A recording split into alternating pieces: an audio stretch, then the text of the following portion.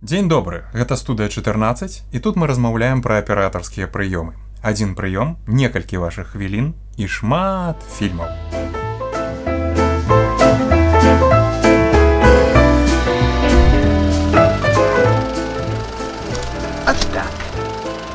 І сёння мы з вами пагаворым пра Zoom.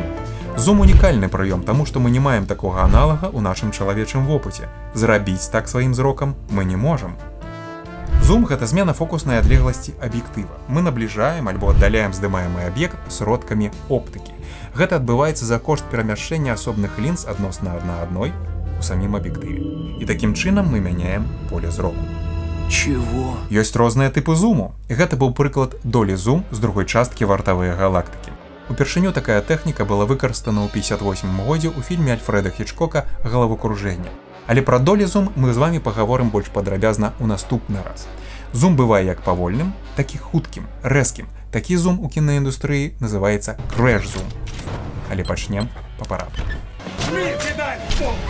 Павольны зум, калі мы набліжаемся да аб'екту, называецца зум-ін. І адпаведна зум-аут, калі мы аддаляемся ад яго, як у гэтым фільме выпускнік з Дасцінам Хофманам. Павольны зум часта выкарыстоўваецца ў трылерах ды фільмах жахаў, каб выклікаць неспакой у гледача.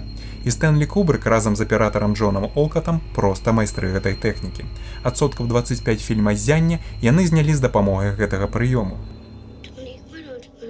Тони, ты почему не хочешь ехать в эту гостиницу? Не знаю. Знаешь. Ну скажи мне. Не хочу. Вось культавы кадр з гэтага фільма. І зум тут як мага лепей падкрэслівае паглыбленне Джека ў вар'яцтва.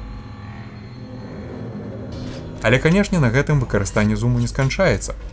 Крэш-зум, напрыклад, часта выкарыстоўваецца для камедыйнага эфекту, як у гэтай сцэне з кінастужкі «Нібыта крутыя легавыя».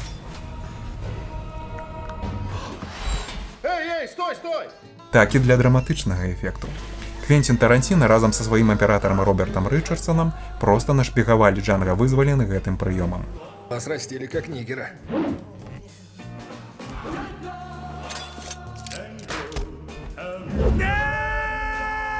Ну а напрыканцы пытання да вас. А якая фокусная адлегласць у нашых вачэй? А калі закрыць левае вока, а калі правае?